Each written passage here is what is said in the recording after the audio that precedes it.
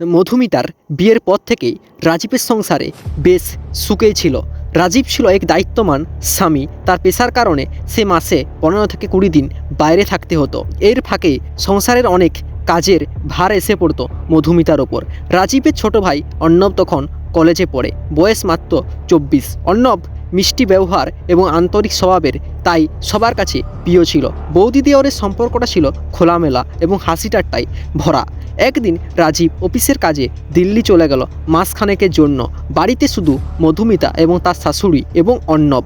শাশুড়ি অসুস্থ ছিলেন, সারাদিন বিছানায় শুয়ে থাকতেন। অর্ণব তখন বৌদিকে নানা কাজে সাহায্য করত, বাজার করা, ওষুধ আনা। এই যত্ন ধীরে ধীরে একটা অচেনা বন্ধন তৈরি হতে লাগলো। মধুমিতা অনুভব করলো অর্ণবের চোখে এক অদ্ভুত টান আছে, কিন্তু সে নিজের মনকে বোঝালো না, ও তো আমার দেওর। এই ভাবনা অন্যায়, কিন্তু মন কখনো যুক্তির কথা শোনে না। একদিন রাতে ঝড় বৃষ্টি চলছিল, বাড়িতে বিদ্যুৎ চলে গেল। মধুমিতা আতঙ্কে উঠোনে বেরিয়ে এসে অর্ণবকে ডাকলো, অর্ণব একবার এদিকে আয় তো, ফিউজটা উড়ে গেছে কিনা দেখ। অর্ণব ছাদে উঠল, বৃষ্টি মাথায় নিয়ে ঠিক করতে লাগলো।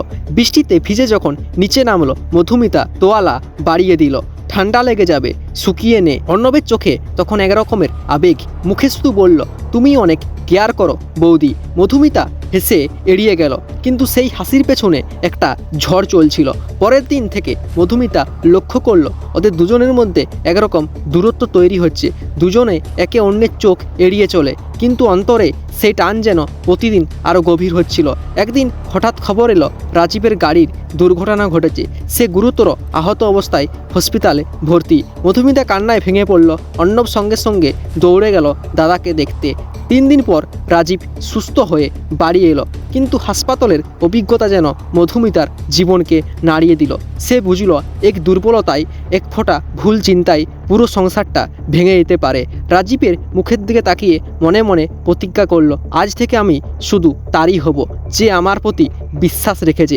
অর্ণব বুঝে গেল বৌদির প্রতি তার মায়া আসলে কোনো প্রেম নয়, এটা ছিল একাকিত্বের ভুল প্রকাশ। পরকীয়ার সম্পর্ক তৈরি হতে হতে তারা নিজেদের কাম চেতনাকে কন্ট্রোল করে তারা নিজেদের সম্পর্ককে বাগিয়ে রাখার যে সিদ্ধান্তটা নিয়েছিল, সেটাই হয়তো তাদের জীবনের সবচেয়ে বড় সিদ্ধান্ত হয়েছিল। কিন্তু তারা ওই সিদ্ধান্তটা নিতেই পারত না যদি তার দাদার অ্যাক্সিডেন্টটা না হতো। বলেনি যা হয় ভালোর জন্যই হয়, অ্যাক্সিডেন্টটাই তাদের পরকীয়াকে আটকিয়ে দিল। তখন সে বুঝতে পারল কে আপন কে পর, কিন্তু আবেগ দিয়ে জীবন চলে না। তখন সে বুঝতে পারল বাস্তবতা দিয়ে জীবন চলে। যে আমার প্রতি বিশ্বাস রাখে তাকেই আমি বিশ্বাস করব, এই আত্মবিশ্বাস তাদের মধ্যে জমা দিল।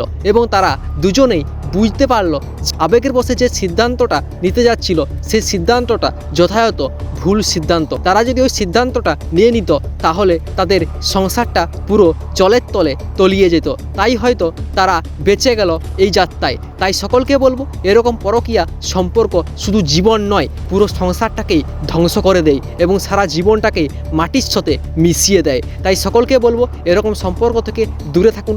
দেখে থাকুন সাবধান বাংলার এপিসোডগুলি। দেখা হবে সাবধান বাংলার পরবর্তী এপিসোডে।